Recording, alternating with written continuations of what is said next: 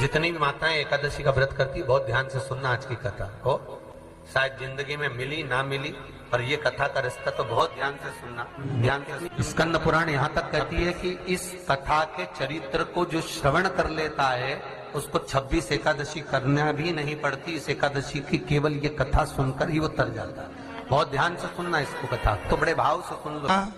सबसे पहला नियम एकादशी व्रत का सबसे पहला नियम है कि आप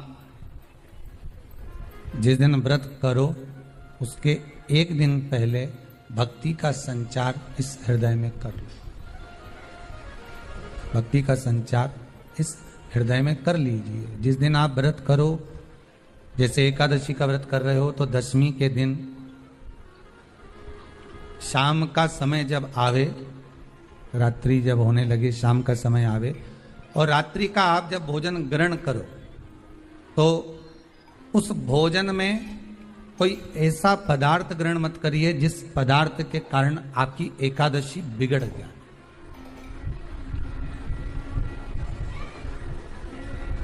कोई बेकार भोजन हमें ग्रहण नहीं करना।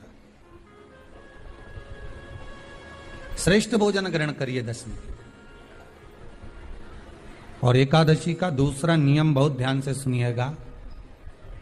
जिस दिन आपकी एकादशी का व्रत हो उस दिन प्रयास करिएगा कि अपने हाथ से किसी भी वृक्ष की कोई पत्ती टूटे ना। अपने हाथ से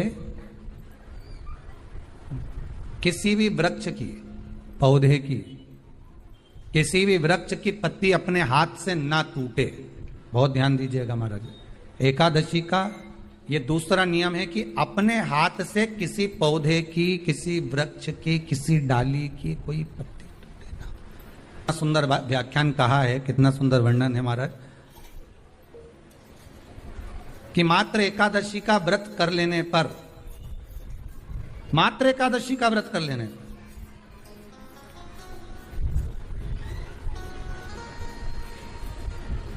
जो पूर्व में किया गया हमारा पाप कर्म है, हमने किसी जीव की हत्या करी है, हमने किसी को कष्ट प्रदान करा है, हमने किसी को अपशब्द कहा है, हमने किसी को ताने दिए, हमने किसी को आड़ा टेढ़ा कहा है, हमने किसी को गालियां दे दी है, मात्र एकादशी का व्रत ही कर लेने पर ये सारे जो दोष हैं वो समाप्त हो जाते।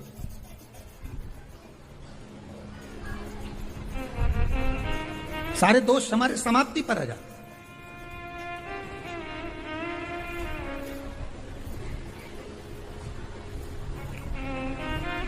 अब एक विचार करिएगा थोड़ा सा अपने मन में, अपने चित्त में, अपनी वृत्ति में एक बात उतारिएगा। एक अपने मन में एक बात को उतार कर रखिएगा कि आप अपने पाप को, अपने पाप कर्म को जिस दिन छिन्न करने वाले हो, समाप्त करने वाले हो, अपने पाप को आप जिस दिन समाप्ति पर लेकर जा रहे हो तो उसके एक दिन पहले आपको प्रसन्नता होना चाहिए कि नहीं होना चाहिए कि कल मेरा पाप कटने वाला है, कल मेरा पाप समाप्त होने वाला। जो मैंने पाप कर्म करा है वो समाप्त होगा, जो मैंने पाप कर्म करा है वो कल समाप्त हो जाएगा। तो एक दिन पहले आपके चेहरे पर प्रसन्नता हो कि ना हो?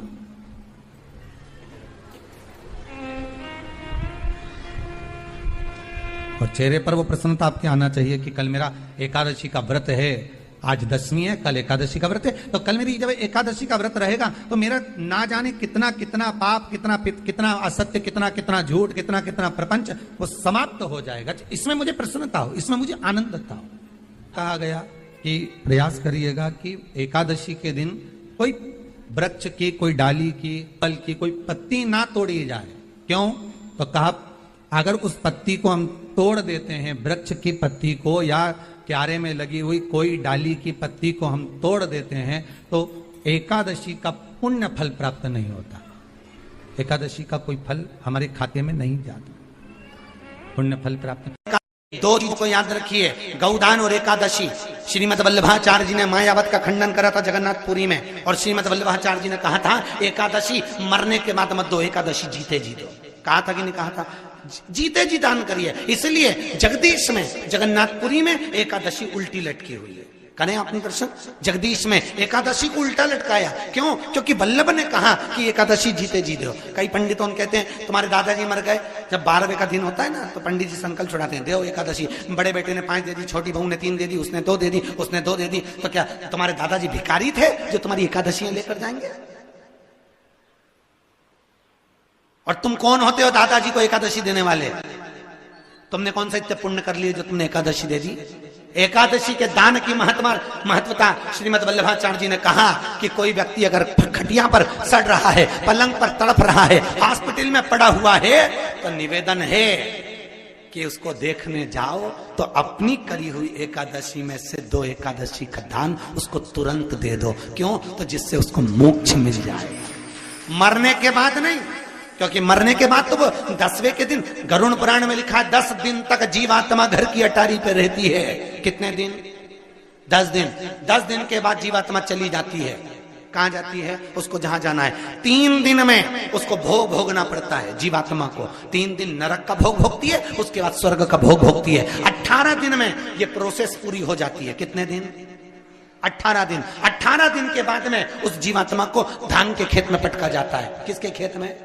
धान के, चावल के खेत में। इसलिए कहते हैं एकादशी के दिन चावल मत खाओ। कहते कि नहीं कहते? और क्या कहते हैं? द्वादशी के दिन चावल खाना जरूरी है। एकादशी का पालना करना है तो द्वादशी को चावल का 1 गिलास खाओ, तब द्वादशी को चावल खाओगे तो एकादशी लगेगी। चावल नहीं खाओगे तो एकादशी नहीं लगेगी। द्वादशी को चावल खाना जरूरी है। क्यों कहते हैं? क्योंकि धान के खेत में जीव को छोड़ा जाता है, उस धान के खेत में, चावल के खेत में जीवात्मा रहती है। उसको चिड़िया खाती है तो चिड़िया के रूप में जन्म लेता है, मनुष्य खाता है तो मनुष्य के रूप में जन्म लेता है। इसलिए एकादशी के दिन चावल नहीं खाया जाता, क्योंकि एकादशी के दिन हम चावल खाएंगे तो जीव हत्या का दोष लग जाएगा। फिर कब खाना है? द्वादशी के दिन। द्वादशी के दिन क्यों खाया जाता है? क्योंकि हम एकादशी के व्रत करे रहते हैं और पहला घासा जब चावल का खाते हैं तो अपनी करी हुई एकादशी का पुण्य, जितने जीव हमारे मुंह में जाते हैं उनको उसका पुण्य मिल जाता है और उनका फिर जन्म नहीं होता, वो तर जाते हैं, उनको एकादशी का भाग मिल जाता है। इसलिए कहते हैं एकादशी को चावल मत खाओ, पर द्वादशी को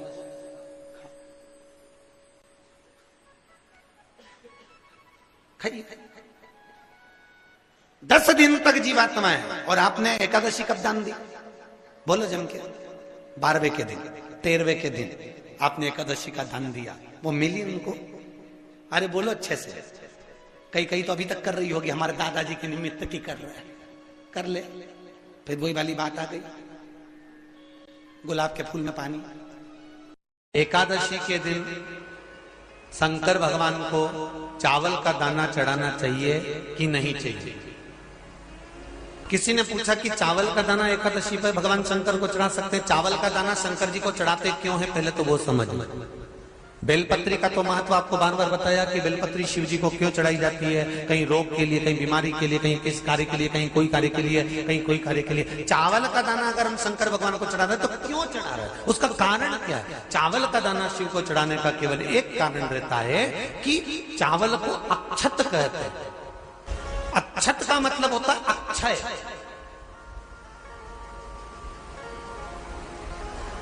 अभी हमारे यहां एक तिथि आने वाली है, अक्षय तृतीया। उसका मतलब क्या होता है? अक्षय, जिसका कभी क्षय ना हो। जब हम भगवान शंकर को चावल का दाना चढ़ाते हैं, जैसे बहुत ध्यान दीजिएगा महाराज, बहुत समझने वाली बात है, बहुत ध्यान से।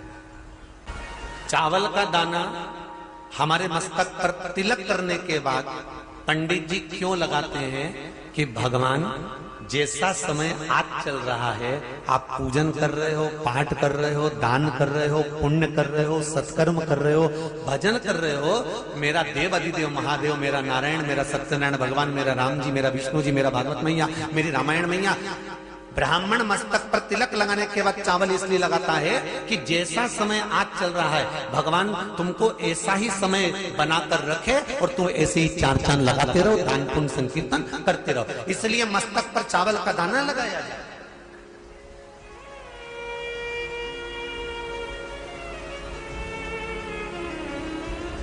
कोई मर जाता है, मरने के बाद जब तक पगड़ी नहीं होती तब तक माथे पर तिलक, चावल का दाना लगाया जाता है।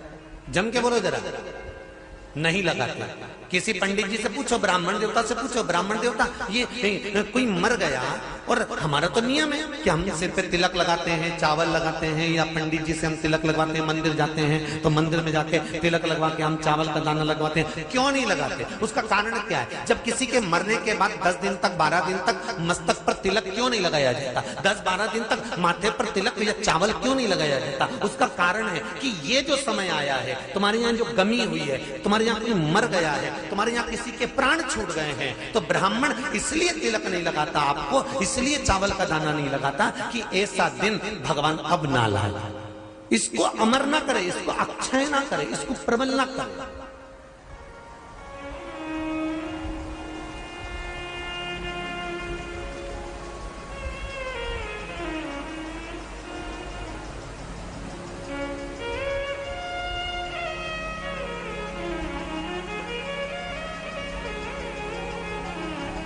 और जब चावल का दाना, तो यहां शिव महापुराण की कथा करी, चावल का दाना हम शिव जी को क्यों चढ़ाते हैं, भगवान को क्यों समर्पित करते हैं, भगवान की पूजन में अक्षत क्यों समर्पित करते हैं, चावल क्यों समर्पित करते हैं, उसका कारण क्या है? तो कहा आज मैंने जब चावल का दाना आपको समर्पित करा है, जिस भाव से, जिस विश्वास से, जिस श्रद्धा से, जिस मन से मैं आपको रिझा रही हूं, हे भोलेनाथ मेरी ये मनोकामना पूर्ण कर, इसको अक्षय कर देना, इसको अमर कर देना, बस इतनी कृपा आप कर। किसी ने पूछा एकादशी के दिन चावल चढ़ाए कि नहीं चढ़ाए, तो यहां तो सीधी सीधी बात है, बीमारी देखकर थोड़ी ना आती है कि नवरात्र चल रहे हैं कि सावन का सोमवार चल रहा है। बीमारी तो बीमारी। तुम चावल मत खाओ।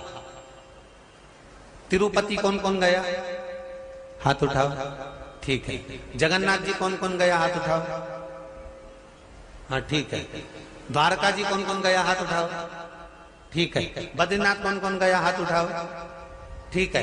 एकादशी के दिन कभी तुम बद्रीनाथ चले जाओ, एकादशी के दिन तुम द्वारका चले जाओ, एकादशी के दिन तुम तिरुपति चले जाओ, एकादशी के दिन तुम जगन्नाथ चले जाओ, एकादशी के दिन तुम्हारी मर्जी पड़े भगवान के किसी धाम में चले जाओ और भगवान को भोग लगाओ और उनकी थाली को झांक कर देखना, उसमें चावल जरूर मिलेगा। उसमें ऐसा नहीं है कि चावल नहीं मिलेगा। बद्री नारायण में भगवान को चावल का भोग लगा हुआ मिलेगा, द्वारका में चावल का भोग लगा हुआ मिलेगा, आपको जगन्नाथ में चावल का भोग लगा हुआ मिलेगा, तिरुपति में मिलेगा, द्वारकाधीश में मिलेगा, नाथू द्वारा में मिलेगा, सांवरिया सेठ में मिलेगा, काकरोली जी में मिलेगा। आप जहां जाओगे वहां पर एकादशी के दिन भगवान को चावल आएगा, क्योंकि भगवान के लिए परहेज नहीं है। जो काम में डूबा हुआ है, जो आसक्ति में डूबा हुआ है, जो लोभ में डूबा हुआ है, जो वासनाओं में डूबा हुआ है, जो तृष्णा में डूबा हुआ है, और जो माता के गर्भ से जन्म लिया, एकादशी के दिन चावल उसको नहीं खाना। अब हमारे यहां तो कहावत में कहते हैं, राम जी की जब स्तुति गाते हैं तो कहते हैं, भय प्रगट। आती है आप लोगों को? एक लाइन तो आती होगी, गाओ जरा। भय प्रगट दीन कौशल्या। अब रामचरितमानस में कहा भय प्रगट कृपाला। प्रगट मतलब एकदम सामने आ गए। यहां लिखा है पेदा भय लाला। अगर तुलसीदास जी लिखते तो जन्म लिया होता राम जी ने तो तुलसीदास बाबा लिख देते कि पैदा भय, माता के गर्भ से इनका जन्म। नहीं नहीं नहीं, यहाँ कहा भय प्रगट कृपाला दीन कौशल्या। यहाँ प्रगट भय। एकादशी के माता पिता कौन है? सबसे पहले एकादशी का व्रत किसने रखा था?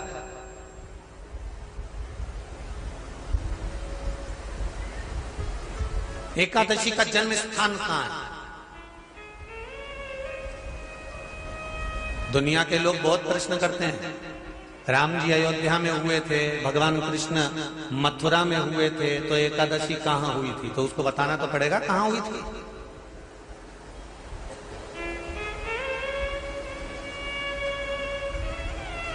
उसमें हमने वर्णन किया कि एकादशी के माता पिता कौन है, एकादशी का व्रत सबसे पहले किसने किया, एकादशी का जन्म कहां हुआ, एकादशी को क्यों चावल नहीं खाते, एकादशी के दूसरे दिन चावल का दाना खाना क्यों जरूरी है।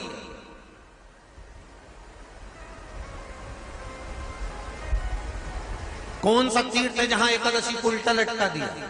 एक एक चीज का वर्णन स्कंद पुराण सब चीजों का वर्णन कर देते हैं। प्रत्येक तो यहां जो वर्णन आया कि आप मनुष्य जो माता पिता के गर्भ से, माता के गर्भ से जन्म लिया हो, संसार में जिसका जन्म हुआ हो और मृत्यु लोक में गर्भ की कैद में रहने के बाद जन्मा हो, उसको एकादशी के दिन चावल नहीं खाना चाहिए। महाराज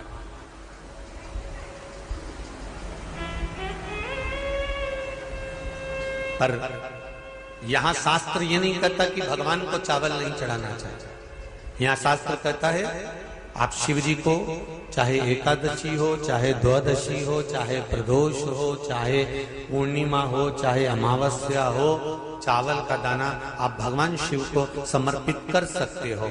और ज्यादा नहीं, शंकर कभी ये नहीं कहते कि मुझे बहुत सारा चढ़ा। शंकर जी की कथा कहती है कितना, मात्र एक चावल का दाना। हम तो उनसे भी कहेंगे जो लोग कहते हैं ना कि हम आज हमारा सावन का महीना है तो आज हमें भगवान को 1.25 लाख बेलपत्र चढ़ाएंगे, तो कोई कहता हम 1000 बेलपत्र चढ़ाएंगे, तो कोई के हम 5000 चढ़ाएंगे, कोई के हम 50,000 चढ़ाएंगे। मेरा निवेदन केवल इतना है, तुम तो एक चढ़ा। और ये भी जरूरी नहीं है एक बेलपत्र भी कब चढ़ाई जाती है शंकर भगवान को, जब तुमने किसी एक बेलपत्र का पेड़ लगाया होगा और वो पेड़ बड़ा हो गया होगा, तब तुम हकदार बनते हो कि किसी के पेड़ की बेलपत्र तोड़कर शिव को चढ़ाई जाए। एकादशी के दिन बन सके एक बेलपत्र, उस बेलपत्र के मध्य भाग में बीच वाली पत्ती पर लाल चंदन और दोनों पत्तियों पर पीला चंदन, नीचे वाली दोनों पत्तियों पर पीला चंदन, बीच वाली पत्ती पर लाल चंदन और दोनों पत्तियों पर पीला चंदन।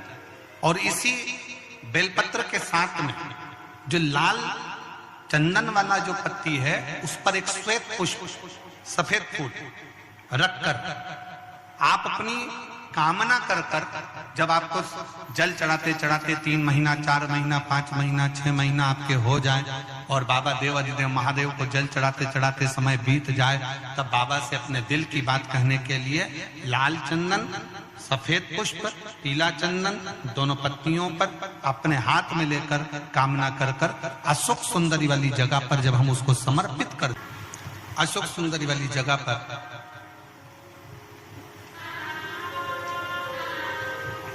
ये शिवलिंग जलाधारी और उसके सामने का जो भाग है उसके मध्य भाग में अशोक सुंदरी का स्थान। बस इसी स्थान पर बेलपत्र और श्वेत पुष्प, बीच वाली पत्ती पर लाल चंदन, आसपास की पत्तियों पर पीला चंदन और वो शिवलिंग की सम्मुख में जो अशोक सुंदरी का स्थान है वहां समर्पित कर। उस स्थान ये रोज नहीं करना, फिर ध्यान देना, कभी कभी 4-6 महीने निकल जाएं, 8 महीने निकल जाएं, 3 महीने निकल जाएं, 5 महीने निकल जाएं उस स्थान, और ये हमने एक बार नहीं बताया, इसको पहले भी वर्णन कर सकते। एकादशी के दिन गंगा के जल में मात्र 7 बेलपत्री डालकर जो नंदीश्वर भगवान अर्थात जो शंकर जी के शिवलिंग के सामने नंदी होता है, उस नंदी के चरण पर गंगा का जल चढ़ाकर बेलपत्री शिव पर समर्पित कर देता है, उसके घर में रुपया रुकना चालू हो जाता है। फिर वो गलत जगह पर नहीं जाता, गलत स्थान पर वो धन जाएगा ही नहीं। बेटा अगर व्यसन में पड़ा हुआ है, मदिरापान में पड़ा हुआ है, मांसाहार में, जुए आदि में जा रहा है, तुम्हें लग रहा है कि मेरा बेटा गलत मार्ग पर जा रहा है, ये मित्र दोस्ती गलत हो रही है, वो सही जगह पर आ जाए। तो हो रही है 30,000 रुपये महीना, 40,000 रुपये महीना कमा कर लेकर भी आ रहा है। कमाई तो आपकी हो रही है, 30-40 हजार रुपये महीना आप कमा रहे हो, 50,000 रुपये महीना, 1 लाख, 2 लाख, 4 लाख रुपए आप कमा भी रहे हो, पर आया और चला गया, उसका क्या करोगे?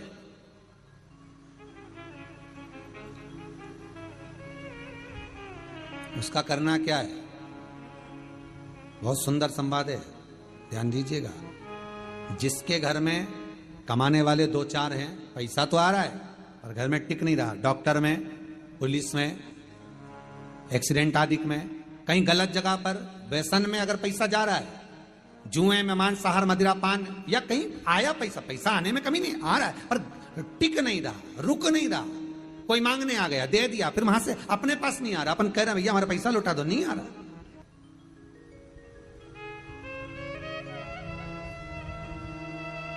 करना एकादशी। कई लोग इसको धन के लिए भी करते हैं, संपदा के लिए। संपदा के लिए अर्थात जिसका व्यापार नहीं चलता, जिसके घर में पैसा नहीं आता, या नौकरी नहीं लग रही, या सर्विस नहीं लग रही, आप अप्लाई कर रहे हो, जगह जगह जाकर इंटरव्यू भी दे रहे हो और पैसा नहीं आता, तो उसके लिए भी प्रयास किया जाता है। पर उसके लिए यहां पर जो धन के लिए करते हैं, उसके लिए विष्णुपदी के लिए करते हैं। मतलब जैसे गंगा के जल में तुलसी के 11 पत्ते डाले जाते हैं। कितने पत्ते डालते हैं? 11 तुलसी के पत्ते डालते हैं, और उसको किसी भी नारायण के मंदिर में, राम कृष्ण शिव, शंकर नहीं, राम कृष्ण भगवान विष्णु, दत्त आदि जितने नारायण के मंदिर हैं, उस मंदिर में किसी भी पात्र में, एक छोटे से पात्र में उसको भरकर रखी आते हैं महाराज। उससे भी जॉब, सर्विस, नौकरी में सफलता प्राप्त हो जाती है, परंतु वो भी एकादशी को ही होता है। कुछ देर तक पात्र को रखा जाता है, फिर वही पात्र का जल किसी भी वृक्ष के नीचे डाल दिया जाता है, उससे भी नौकरी के लिए फायदा मिलता है। गंगा का जल कोई साधारण नहीं। पैसा, धन ज्यादा आने लगे तो पत्नी को कहना चाहिए कि देखो थोड़ा बहुत मेरा मन है, शिव महापुराण की कथा हो जाए, या फिर कहीं सत्कर्म में लग जाए, कहीं ब्राह्मण भोज, साधु भोज, सन्यासी भोज, गुरु जन में, संत जन में, साधु जन में, तपस्वी जन में कहीं लग जाए। ये धर्म पत्नी, जहां धर्म जुड़ा हुआ हो वो धर्म। महाराज कुछ तिथियां होती हैं, जिन तिथियों में अगर आप रोज गंगा का जल शंकर को नहीं चढ़ा सकते, तो शिव महापुराण कथा कहती है, स्कंद पुराण कहती है, विष्णु पुराण कहती है, गर्ग संहिता कहती है, गीता पुरुष गोरखपुर का कल्याण का गंगा अंक कहता है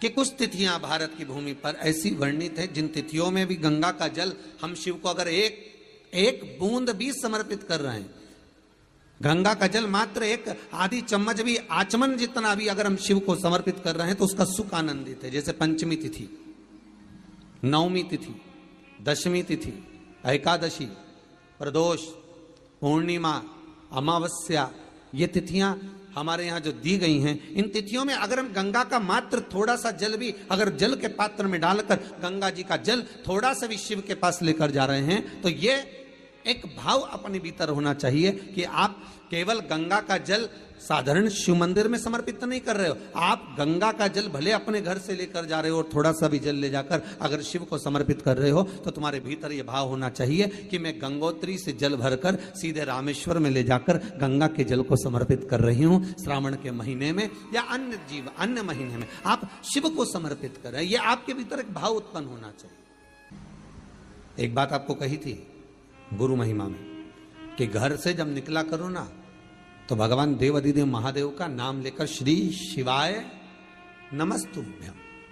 घर से जब निकलो, कोई कार्य के लिए जा रहे हो तो आप श्री शिवाय नमस्तुभ्यम का स्मरण कर कर जाइए। आप किसी काम के लिए आगे बढ़ रहे हो, श्री शिवाय नमस्तुभ्यम का स्मरण कर कर जाइए। जिस समय आपके मुख से श्री शिवाय नमस्तुभ्यम का स्मरण हो जाए, या शिवलिंग का स्पर्श हो जाए, या शंकर का अनुमोदन कर कर ओम नमः शिवाय बोलकर, या राम बोलकर, कृष्ण बोलकर, शिव बोलकर, आपके भीतर जो रमा हुआ है, आप राम को मानते हैं, आप राम को मत माने, हम मना नहीं करेंगे। आप कृष्ण को माने तो कृष्ण को माने, हम मना नहीं करेंगे। आपका दिल जिससे लगे, आपका चित्त वृत्ति जिससे लगे।